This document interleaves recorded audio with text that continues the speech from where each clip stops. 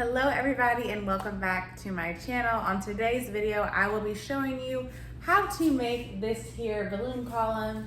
I know that you can use so many different ways to create a balloon column, but I'm going to show you my method and the method that I've been using for any type of parties or special events that I decorate for. So without further ado, let's get right into the video. All right, so the way to create our balloon column is simple. We're going to take our first cluster of 4 and we're going to make sure that one color is on the right side and another color is on the left side of your balloon. We're going to move it on here,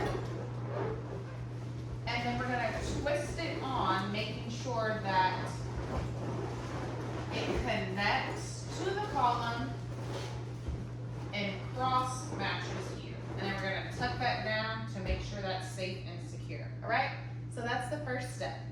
Next, we're going to take column number 2. All right, so same thing. I've got my blue on the left. All right, blue on the left, green on, well actually blue's on the right. We've got our blue on the right, green on the left. Bring it on over here. All right, and this time when we cross match, we're gonna cross it over, making sure that it connects to our pole here. Okay. Do some rotating and shifting around. That's the key to making sure that it looks great in pictures, is that it's stabilized. All right, and we're locked in, okay?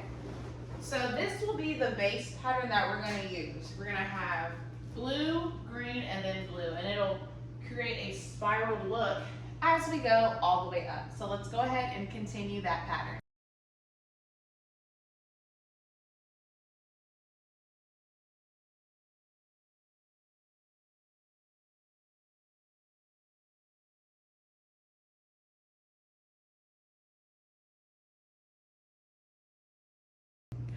Okay, so now as you can see, we followed the spiral pattern and we have our base for the balloon column. So next steps is adding our 5-inch balloons and the topper, just like you see here.